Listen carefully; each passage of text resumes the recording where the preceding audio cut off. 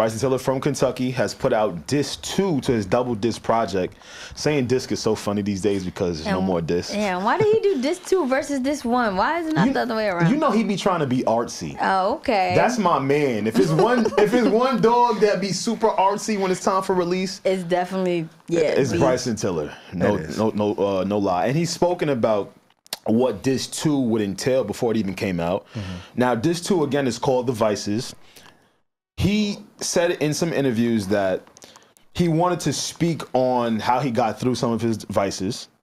So when I seen that this was the first part, I'm like, okay, this is maybe more of the harder side, right? Like the grungier side of things. And maybe disc 1 is going to be more of the Bryson Tiller that we're used to, the R&B music that we're used to.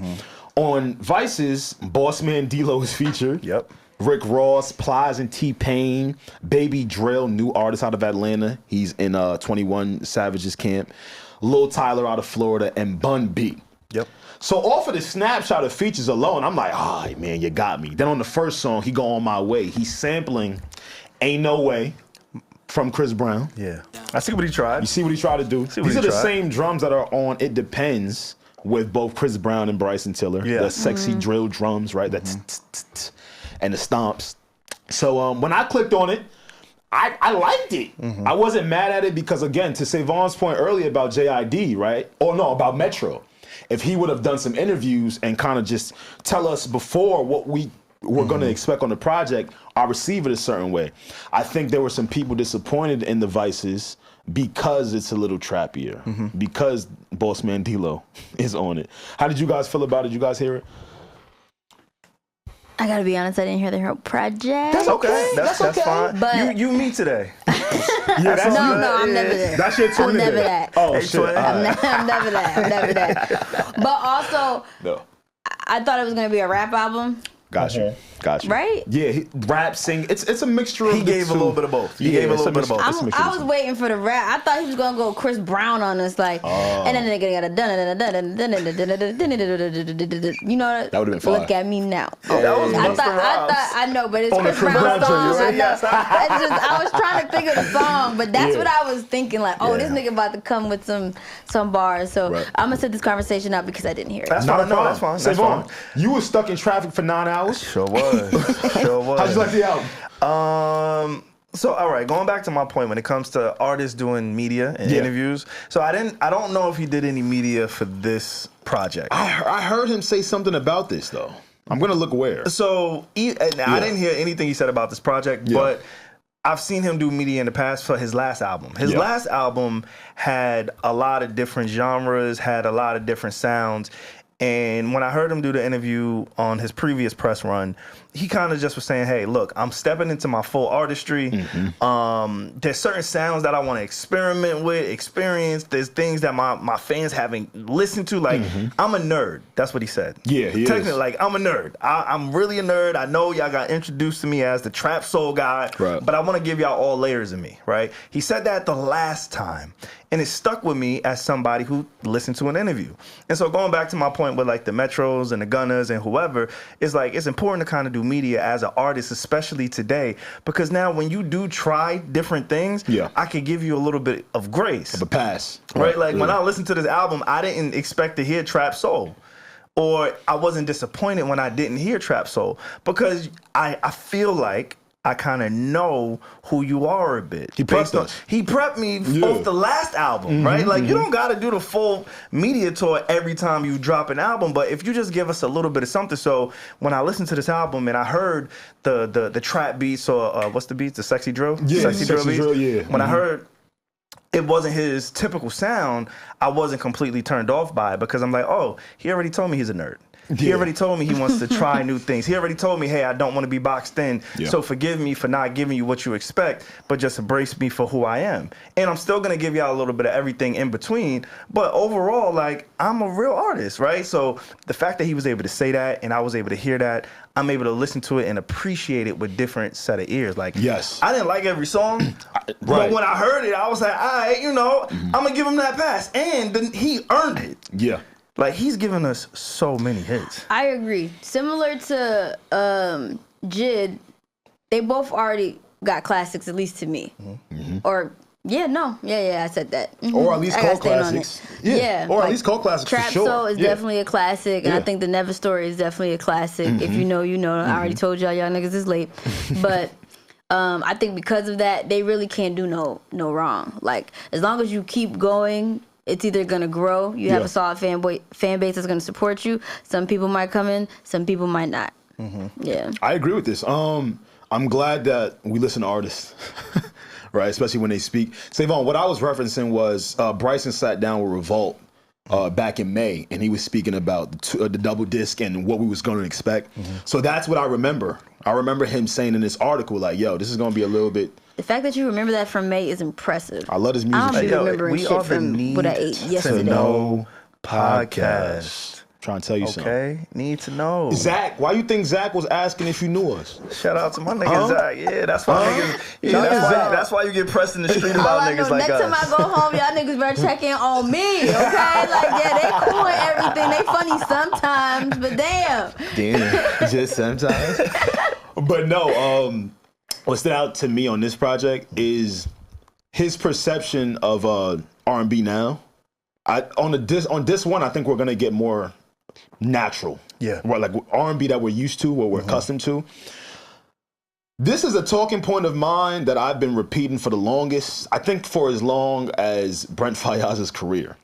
How do you get the newer generation to enjoy R&B? Now, I think we've had this conversation with you before.